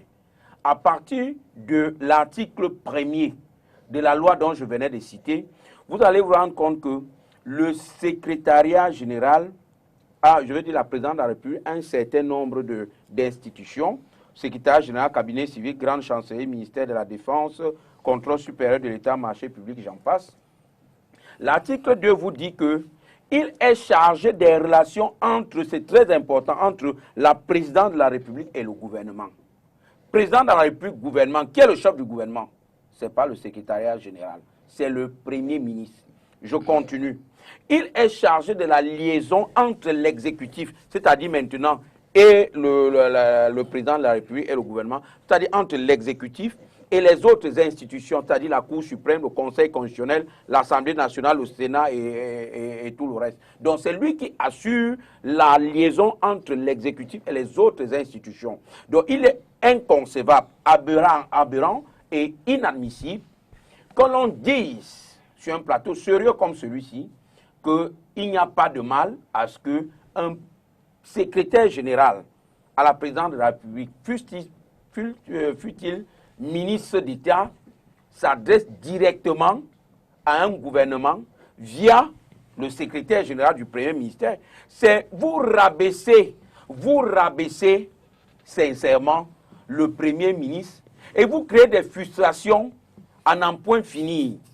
Nous disons que si vous pensez dans le gouvernement RDPC que les lois sont faites pour les beaux yeux, les lois sont faites pour un maquillage ou un vernis démocratique, pour plaire à la communauté internationale afin qu'on nous place parmi les élèves ou alors les bons élèves de la démocratie, je dis que, en ce qui nous concerne, dites tout simplement que vous allez appliquer la loi suivant votre entendement.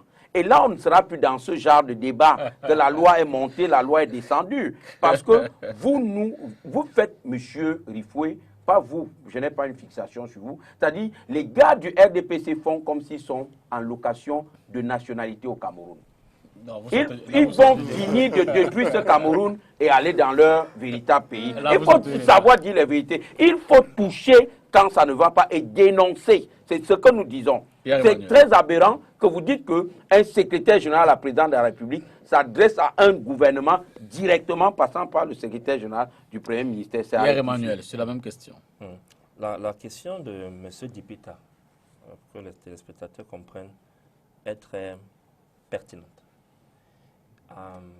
Sa question est celle de savoir quel est le résultat, quels sont les outils qui peuvent nous permettre de mesurer les résultats obtenus par ce type de relation entre le SGPR et la primature sur l'implémentation de la politique gouvernementale.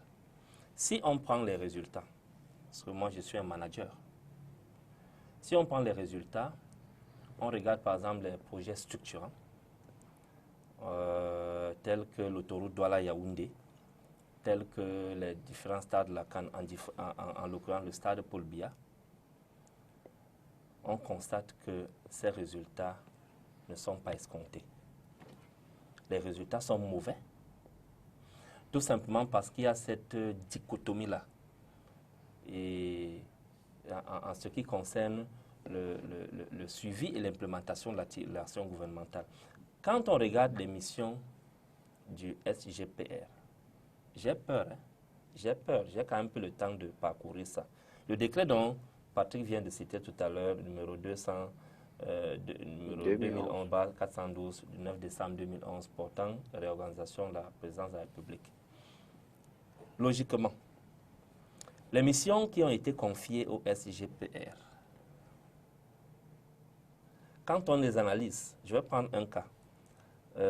Au niveau de l'article 2 va parler de qu'il est chargé des relations entre le président de la République et le gouvernement. Maintenant, quand on entre en profondeur, par exemple, au niveau de l'article 3, le SGPR assiste sur le président de la République dans l'accomplissement de sa mission. Tout comme le Premier ministre l'accompagne dans l'accomplissement de sa mission. On revient ici, un alinéa qui dit « Il reçoit du président de la République toute directive relative à la définition de la politique de la nation. Et sur l'exécution des décisions prises par le président de la République, il ne se limite pas là. On va plus loin. Il instruit les dossiers que lui confie le président de la République et sur l'exécution des instructions données. » Imagine qu'on lui confie un dossier sur le ministère de la Santé. Il va directement interagir avec le ministre de la Santé. Bon, maintenant, on revient ici. On dit, et là où c'est plus dangereux encore sur les fonctions de ce monsieur, c'est que ce gars a ce qu'on appelle la délégation de la signature, que le Premier ministre n'a pas. On sait que, Paul Biya, le président Paul Biya, c'est un monsieur, lorsqu'il était jeune, qui était très discret. Et lorsqu'il vieillit, il devient encore plus discret, sinon même effacé. Et donc, c'est quelqu'un qui vit dans le secret. Alors, dans le contexte camerounais actuel, le SGPR est le seul qui est à côté de lui et qui est dans son secret. En plus de ça, il a la délégation de la signature. Je prends un cas quand le président de la République est hors du pays. Tout le monde tremble et tous les yeux sont fixés sur le SGPR. Parce qu'avec le secret de Paul Biya, dont il partage, et la délégation de la signature qu'il a, ce monsieur est tout puissant. D'où le MRC a proposé, dans le chantier politique et institutionnel, pour le développement économique et politique du Cameroun, nous avons proposé dans le chantier, le premier chantier qui est politique et institution, au niveau des réformes institutionnelles, on a proposé la réforme de la Constitution en rééquilibrant les pouvoirs au sein de l'exécutif entre le président de la République et le Premier ministre. Faire du Premier ministre le véritable chef du gouvernement avec autorité nécessaire qui s'acquitte de sa mission de coordination de l'action gouvernementale. Parce qu'il y a beaucoup de chevauchements dans ce décret qui définit les missions du SGPR, ce décret de 2011. Mais là où je suis d'accord avec Maître Ledjo, c'est que de tout ce qu'on dit là, quelle est la fonction qui est constitutionnelle? Mon ami, mes amis, vous qui nous suivez, c'est la fonction du Premier ministre qui est constitutionnelle. Donc ça veut dire que en l'état actuel et de la structure de l'État du Cameroun, on peut se passer du SGPR, mais pas du Premier ministre.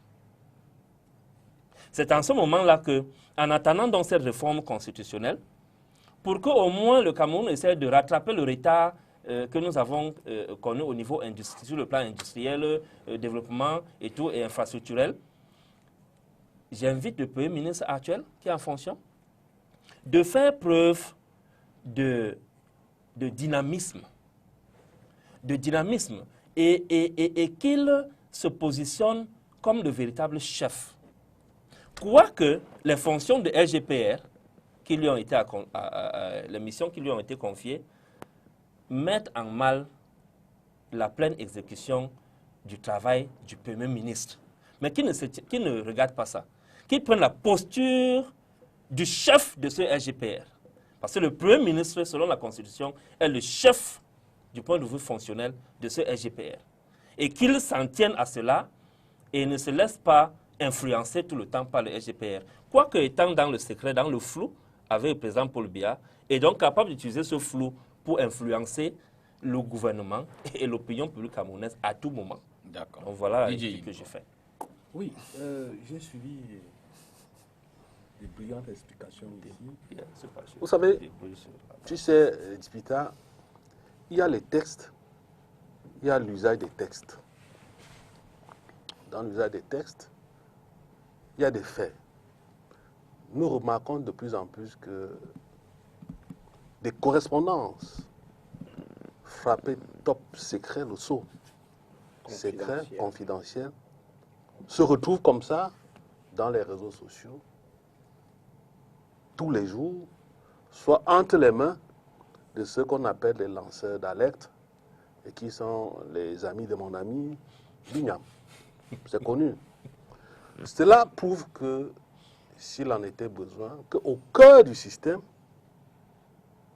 il y a des entrepreneurs du chaos qui font le travail des insectes, qui rongent le système de l'intérieur pour que le système tombe. C'est des faits. Ça, c'est l'usage des tests. Il y a un imbroglio total. Tout à l'heure, j'ai parlé du grand soir, un concept qui a été théorisé par le maire Ouafo, qui n'est pas du tout faux. Parce que si on va déjà jusque à ce niveau, on n'est plus capable de gérer les courriers, ça veut dire qu'il y a quelque chose qui ne va pas. Bon, quand j'écoute Emmanuel Bignam qui se demande si le secrétaire général, on peut se substituer de lui, non. Le secrétaire général de la présidence est l'administrateur de la présidence. Vous êtes d'accord avec moi? Vous ne pouvez pas enlever celui qui gère les affaires générales de la présidence parce que le poste n'est pas constitutionnalisé, comme vous l'avez si bien dit. Moi, je pense que il faut revoir la mentalité de ceux qui sont appelés à occuper ces postes-là. Parce que la population, ce n'est pas son problème. La population a besoin de l'eau, de l'électricité, de la route, des hôpitaux. Ce n'est pas leur problème, ce désordre que nous observons au niveau, à ce niveau stratégique de l'État. Ce n'est pas le problème du bas peuple. Nous avons besoin d'aller à l'hôpital, de s'inscrire dans les écoles, avoir de l'eau. Vous avez une ville comme Banganté qui, depuis avril 2021, n'a pas d'eau. N'a pas de l'eau, vous comprenez? C'est un véritable problème. Donc on n'est pas là pour gérer la mentalité de ceux qui sont à ce niveau stratégique de l'État, vous comprenez? Donc moi je crois qu'il est temps d'interroger cette forme de gouvernance. Est-ce une gouvernance pour le bien-être collectif ou bien est-ce une gouvernance qui promeut le bonheur individuel? C'est la question qu'on se pose aujourd'hui. Votre thème est assez... C'est la gouvernance de tu sais qui je suis. Voilà, assez... Ça. Moi, je trouve cela assez important pour en débattre parce que la situation est très, très grave. Tout se gère aujourd'hui dans les médias réticulaires. Tout se gère dans les réseaux sociaux. Pierre-Emmanuel a évoqué ce volet. Même des secrets. Et puis moi, je vais poser la question peut-être au docteur Refoué ou bien à Maître Logio. Lorsqu'on a un ministre qui est délégué à la présidence, est-ce qu'il est sous l'autorité du Premier ministre ou bien sous l'autorité du président de la République? Non, si je peux répondre rapidement. Quand vous prenez le texte dont j'ai fait lecture tout à l'heure, le secrétariat général, le cabinet civil, les marchés publics, la défense et tous les autres, ce sont les institutions rattachées à la présidence de la République. Et il est dit que le Premier ministre, n'est-ce pas, coordonne l'activité de toutes les institutions rattachées à la présidence de la République. Donc, le secrétaire général. Oui, c'est ce que j'ai dit, peut-être dans la suite. J'ai dit le secrétaire général du... Tu as plutôt dit le Premier ministre. Non, le secrétaire général de la présidence de la République, le SGPR, qui coordonne l'activité de ces institutions rattachées à, je crois, l'article 2 et suivant. Donc, si je peux continuer, je vais tout simplement dire que...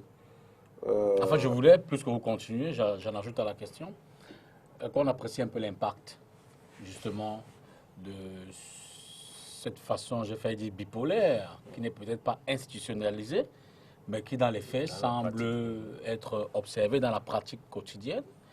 qui semble observer. Quel est l'impact que cela a dans la gestion quotidienne des affaires publiques, dans la gouvernance? L'hypercentralisation du pouvoir, c'est tout. Quand vous regardez comment est conçu... À la présidence. Oui. Quand vous voyez comment est conçu les attributions du secrétaire général à la présidence de la République, vous comprenez que le pouvoir de Yaoundé veut tout contrôler. L'hypercentralisation. Et nous pensons qu'il faut concasser le pouvoir de Yaoundé. Il faut concasser cette hypercentralisation parce que le SDF a proposé le fédéralisme. Le pouvoir est trop centralisé à Yaoundé. Tout se passe à Yaoundé. Je vais prendre un seul exemple. Regardez, on venait de brûler le tribunal de Foumbot venait de connaître un incident. Et vous savez où se passe, mais comment ceux qui sont natifs de là font leur B3, leur casier du chef, bulletin numéro 3, c'est à Yaoundé. Alors qu'on pouvait effectivement décentraliser. Et ça me permet aussi d'apprécier, je n'ai pas souvent l'occasion de le faire, de l'apprécier le ministre de l'administration territoriale, qui, je crois que c'est en juin 2020, je ne sais pas si son arrêté est encore en vigueur, en juin 2020, avait pris un arrêté juin 2020. pour dire qu'effectivement, l'attestation de présentation de l'original des diplômes pouvait être également délivrée par les sous-préfets, parce que, ayant constaté que le nombre des autorités chargées de délivrer cette pièce est réduit, et par conséquent, la demande très forte, ça amenait certains impétrants à certains concours, n'est-ce pas, de les déposer en l'état. Ça, c'est une mesure sanitaire. Ça cherche à décentraliser le pouvoir, à ramener le pouvoir vers les administrés. Donc, nous pensons qu'au SDF, il faut concasser le pouvoir de Yaoundé en implémentant le fédéralisme à 2 ou à 10 États, comme avait présenté lors de son programme de campagne notre candidat, l'honorable Joshua aussi, que je salue en passant. Et le moment venu, si nous optons pour le fédéralisme, un référendum pourra être organisé pour savoir si c'est un fédéralisme à 2 États ou à 10 États comme nous avons aujourd'hui les régions. Donc, là-dessus, vous comprenez également que la production de l'activité gouvernementale ne se fait pas ressentir sur le terrain, encore moins dans le panier de la ménagère. On se livre plutôt à des batailles de rente et de positionnement. C'est ça qu'on observe. Vous allez voir, vous allez rendre compte aujourd'hui que le SGPR, dans cette course, puisque ce qui est sur le Grand Soir frappe bientôt à la porte du Cameroun, alors vous allez vous rendre compte que, effectivement, le SGPR est l'une des personnalités les plus, je veux dire, vers qui vont les flèches des autres membres du gouvernement, parce qu'apparemment, il a un peu une petite avancée, ça ne concerne que moi cette observation, sur les autres. C'est un potentiel candidat au fauteuil présidentiel. Et c'est justement pourquoi ça ne nous dérange pas, l'opposition qui vient de l'intérieur. Quand vous avez 100%, quand vous voulez tout gérer seul, mais rendez-vous compte que l'opposition viendra de votre propre camp. Je prends 3 exemples. La mairie de Douala 2e, la mairie de Bazou, la mairie de Baranté. Ce sont des mairies qui sont gérées à 100% par le RDP. C'est-à-dire qu'on ne veut pas d'opposition. Mais allez voir comment ça se passe. Allez regarder le vécu des exécutifs de ces mairies. À Douala 2e, pleurniche chaque jour, puisque l'opposition vient de son propre camp. À Bazou, le maire Tétu qui est là ne fait que pleurer chaque jour. L'opposition vient de son camp. À Baranté, le grand frère Didier Yemkwa vient vous dire que depuis Belle Lurette, Baranté n'a pas d'eau. Donc l'opposition viendra de là. Regardez comment ça s'est passé l'élection à la mairie de Baranté. L'opposition était dans la maison. C'est pour dire tout simplement que quand vous voulez tout gérer seul, quand vous voulez tout centraliser, alors on va arriver sur une action qui n'est, je veux dire, l'action gouvernementale n'est pas palpable pour la population. Patrick, refouer sur l'impact de cette gestion, de cette gouvernance bipolaire. Écoutez, la première chose, c'est qu'il y a beaucoup de fantasmes. Là, j'entends dire que en préparation du grand soir. Ah oui, je voulais vous demander, vous apercevez les lueurs du grand soir? La lumière se Non, fait. non, non. C'est le signe de fin de régime. Soyons Il sérieux. ne peut pas voir, il ne peut pas Sérieux. mettre l'autre là. Vous parlez de quoi? Soyons sérieux et soyons conséquents. La première chose, c'est que la délégation de signature, elle se trouve dans les textes. C'est-à-dire que le secrétaire général de la présidence de la République reçoit délégation de signature. Et pour ceux qui ont un peu de culture, vous saurez que ce n'est pas nouveau. C'est-à-dire que tous les secrétaires généraux qui ont occupé ces fonctions ont eu délégation de signature. Et moi, je me souviens que le procès en hyper-pouvoir du secrétaire général de la présidence de la République n'est pas un procès récent. Du temps de Joseph Oona, j'ai vu que dans la presse, on l'appelait le vice-dieu. Donc, ce n'est pas nouveau, ces procès-là, je veux dire. Maintenant,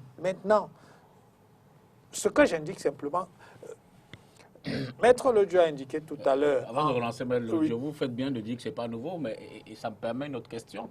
N'est-ce donc pas la malice de la gouvernance du chef de l'État? Non, non, non, je dis...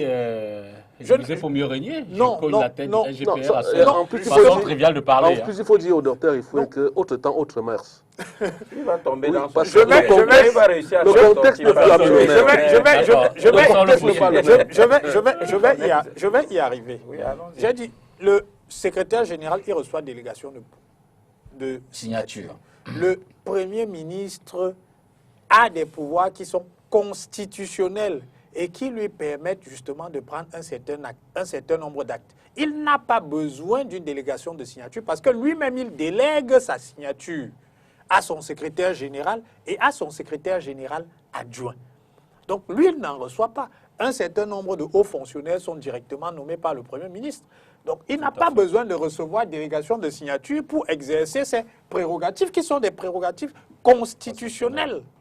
Donc, ce que je veux dire, pour qu'on se comprenne bien, si on dit que vous êtes chargé des relations entre la présidence de la République et le gouvernement, mais il est normal que lorsque vous recevez une instruction, parce que le décret nous dit bien qu'il est instruit par le président de la République. Si le président de la République instruit son secrétaire, son super secrétaire, d'écrire à un ministre, il doit s'exécuter. C'est faux.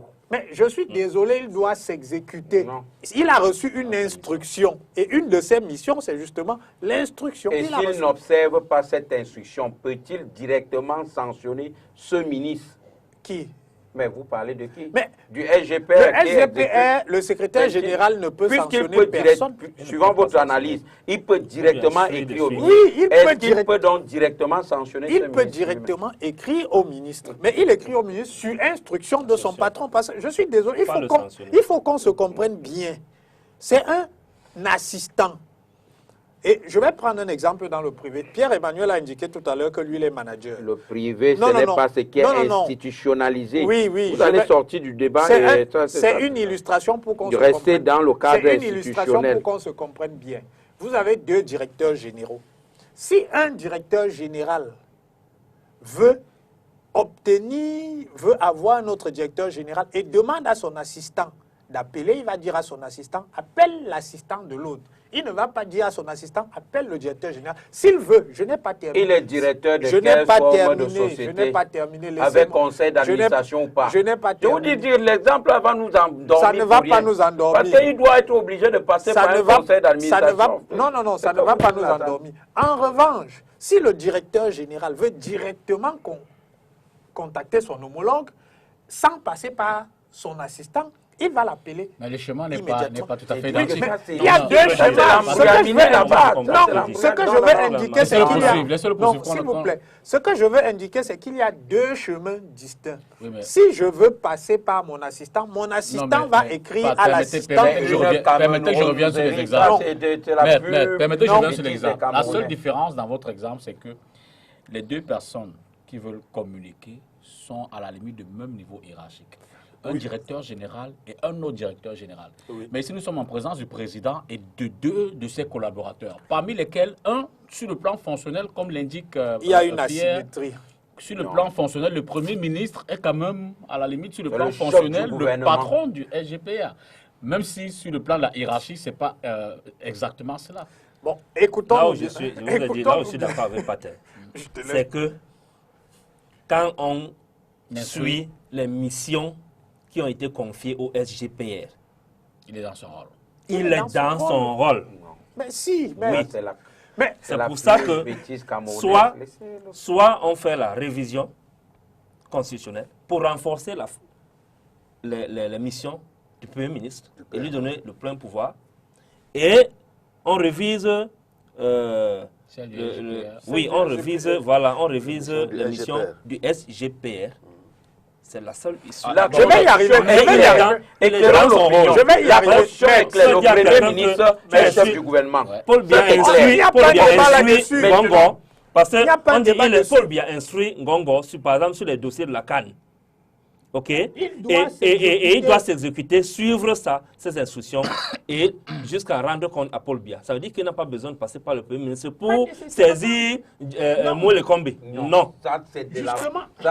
Bon, il faut comprendre la structure en attendant qu'on arrive à la décentralisation. C'est-à-dire que le SDF remporte les élections à la fédération. Donc, en attendant qu'on arrive à la fédération. Voilà. En attendant qu'on arrive à la fédération et que le SDF arrive au pouvoir, il faut bien comprendre la structure de notre État. Nous sommes dans un État, effectivement, où on a un présidentialisme fort. C'est vrai qu'il y a deux têtes de l'exécutif, mais je suis désolé, il n'y a pas de crocodile mâle dans le bateau Cameroun. Il y en a un seul. Dit que c'est un régime présidentialiste. Mais c'est la pratique, est-ce que c'est un régime semi-présidentialiste? Non, non, il faut faire attention. Dans un cas de figure, est-ce que quand tu prends notre constitution, tu te dis que ça c'est un régime présidentialiste? C'est la pratique qui t'amène à le dire. Non, ce n'est pas la pratique. Non, je vais cadrer mon expression. Parce que l'exécutif est bicéphale. Il y a deux hypothèses. Et alors la conclusion sur le plan des régimes politiques, c'est quoi? Non, il y a deux hypothèses différentes. Première hypothèse, le président de la République a la majorité à l'Assemblée nationale. C'est le cas actuellement. Dans ce cas-là, effectivement, c'est un présidentialisme fort parce que la majorité est alignée et c'est la politique qui est définie par le président de la République qui est implémentée. Deuxième cas de figure, il y a une disjonction entre le président de la République et la majorité à l'Assemblée nationale. Dans ce cas-là, effectivement, le secrétaire général ne pourra pas donner des instructions. Mais les textes n'auront pas changé pour autant. Oui, les textes n'auront pas changé, mais sauf que dans ce cas-là, le président ne pourra plus instruire le gouvernement parce que le gouvernement mènera une politique si les textes lui en donnent le droit? Mais ça, c'est dans le cas où... C'est pour ça que je dis qu'il y a deux hypothèses. Même dans quel cas de figure là? Il y a deux hypothèses. Oui. Première hypothèse,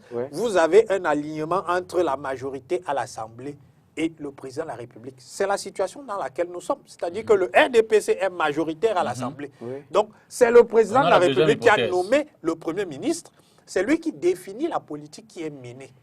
Donc, effectivement, il... Deuxième hypothèse. Deuxième hypothèse. Quelle est l'incidence? Non. Deuxième hypothèse, vous avez un président de la République qui n'est pas du même bord que le Premier ministre et donc que le gouvernement. Donc la politique qui va être menée par le gouvernement va être une politique autre que celle du président de la République.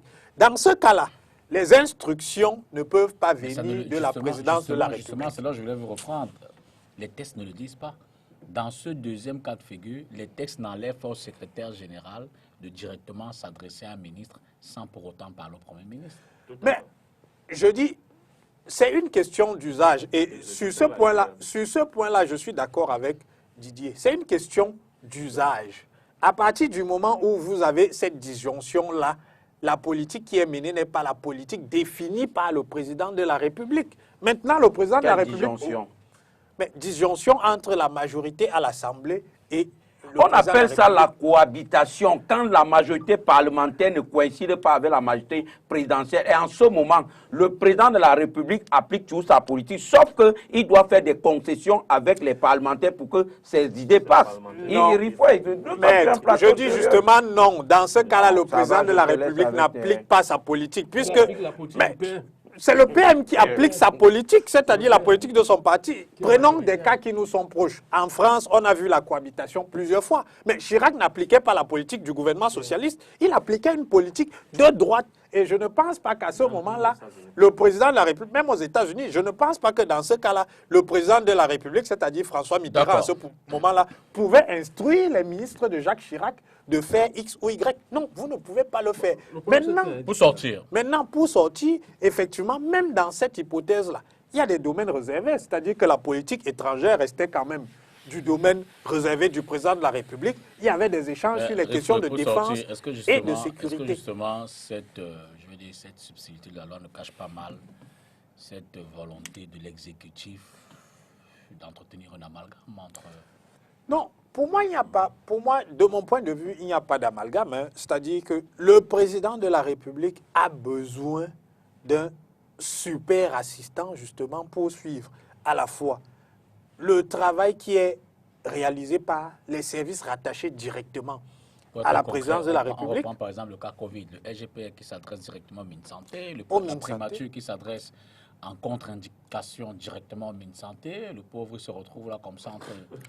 Non, je précise. Il me semble que c'est une mauvaise analyse. Je précise que dans la plupart des courriers qui circulent, on le regrette tous parce que ces courriers-là ne devraient pas circuler dans l'espace public. Dans la plupart des courriers, en règle générale, le secrétaire général de la présidence de la République, lorsqu'il veut instruire un ministre, il passe par le SGPM.